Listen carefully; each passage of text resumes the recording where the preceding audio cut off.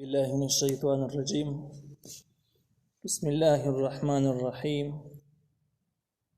واترك البحر رحوا إنهم جند مغرقون. سورة الدخان 24 نمبر آیات. الله تعالی فرمایي چې واترک البحر او موسی علیہ السلام ته ویل چې پرې د دریاب رحون په خپل حال باندې ولاړ ان روانولو کوشش برته مکوه. انهم یقینا دوی جندون د سلخکری دی مغرقون چې غرق کیږي. په دې آیات کې د فرعونانو د غرق کېدلو سبب ذکر شو او د مؤمنانو د خلاصېدلو ظاهري سبب ذکر شو چې هغه دریاب ودرېدل او بیا روانېدل. اصل کې د آیات کې ډېر الفاظ داسې دي چې هغه نه ذکر شوي چې ټول الفاظ راوستل شي که څنګه چې نور آیاتونو سورتونو کې تیر شوي دي به مطلب بیخي واضح کیږي او د هغې خلاصه دا ده چې کله موسی علیه السلام طریق الزم ته ورسېد د دریاب امسا باندې وواخه ودرېدو 12 لارې پکې جوړې شوې دوی پورې وتل. د موسی علیه السلام خواهش و چې اوس دریاب بیرته روان شي نو ښه به ځکه تیارې لارې دي هسې نه چې پرې روان پکې لا پورې وځي. نو موسی علیه السلام ته الله تعالی وویل چې واترک البحر رحوا پرېږده به دریاب په خپل ځای باندې ولاړ روانولو کوشش یې مه کوه ځکه چې کله دوی دا داسې ولاړي لارې پکې نو فرعونیانو پرې روان شي او چې کله هغوی د دې ته راکوز شي به دې باندې به دا اوبه روانېږي ډوبېږي به نو دغې منصوبې دپاره اوبه داسې ولاړې پرېږده به مې روانه وه د روانولو کوشش یې مه کوه. بس موسی علیه السلام ته روان شو. الله تعالی وایي کم ترکو من جنات و عیون څومره یې پرېښودل باغونه او چینې دا د فرعونیانو نه پاتې شو او فرعوني لښکر دغه اوبو کې ډوب شو. و زروع او فصلونه و مقام کریم او کورونه عزتمن هغه درانه قیمتي کورونه هغه بنګلې ته پاتې شوې. و نعمة او نعمتونه کانو فیها فاکهین چې دوی په هغې کې ډېر خوشحاله وو. هغه نعمتونه چې فرعونیان په کې ډېر خوشحاله او مصروي وو هغه هر څه دې پاتې شو. کذلک همدغه شانته کې وشوه.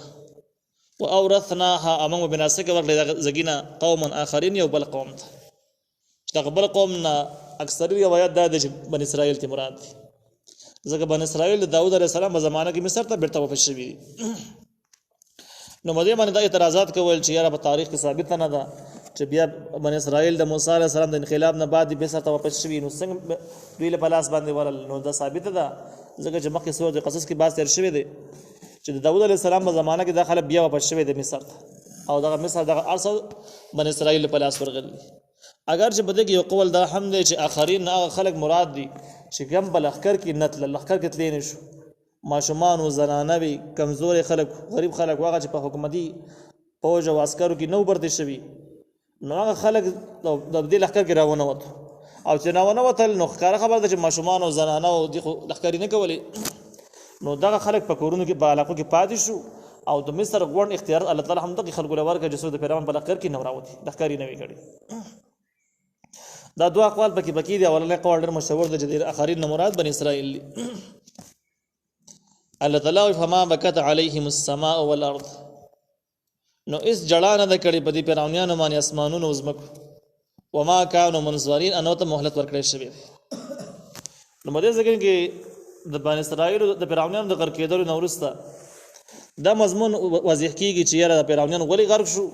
وجه دا د پیغمبر دشمنانو د آسماني دین دشمنانو توحید دشمنانو. بن اسرائیل کمزوري خلک او الله تعالی تر مصر اختیارات ورکړل ولې ته ورکړل ځکه چې آسماني کتاب یې منلی د پیغمبر حمایت یې کړی د الله تعالی عبادت یې منلی و نو په دې وجه الله تعالی دغه ظالمانو د اختیارات واخیستل دوی ته حواله کړل.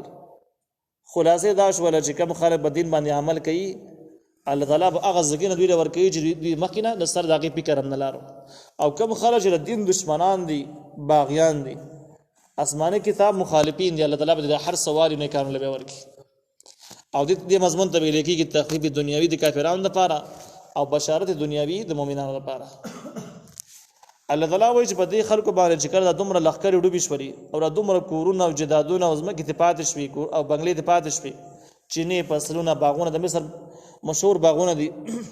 نو په دې باندې اسمانونو ځمکو هېڅ جړا نه ده کړې. د دې څه مطلب نو د دې یو قول دا دی چې یاره د ځمکې او اسمانونو جړا کول مراد د مجازن د دې خلکو توهین او تذلیل له چې دا خلک دومره سپک خلک او دومره بیکاره بې وقاره خلک چې څوک هم پې خفه شوی نه دی ظالمانو چې پناه شو بس خلک پې خوشحاله او په دې باندې بیا چا خفګان نه دی کړی لیکن د انس بن مالک رضی الله عنه په حواله سره چې کوم تفسیر نقل لې نو هغه خلاصه دا ده چې اصل کې دې آیات نه مجازي معنا اخیستل ټیک کار نه دی ځکه چې په دې په صحیح معنی اخیستلو کې ډېر روایت شته دي او روایت دا دي یو روایت دی د نبی کریم صلی الله علیه وسلم دا دی